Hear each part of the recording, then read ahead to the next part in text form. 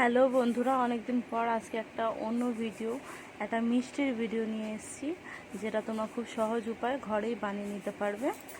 তো এইটা হচ্ছে কি একটা মিষ্টি, খুব টেস্টি হয় কিন্তু খেতে। তো তোমরা দেখো আমি কিরম করে বানাই। তো প্রথমে কড়াতে আমি 4 থেকে 5 চামচ মতো চিনি দিয়েছি।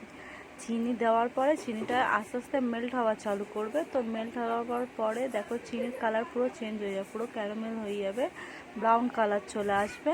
তো এখানে আমার চিনিটা দেখো গলে গেছে, ব্রাউন কালার চলে এসে ব্রাউনেরটা, তবুও একটু একটু চিনি ডালা আছে, ওটা পুরোপুরি গলে যেন ক্যারামেল হয়ে যায় তত পর্যন্ত নাড়তে হবে হাতা দিয়ে, ছাড়লে কিন্তু চলবে না, নিচে কিন্তু পুড়ে যাবে।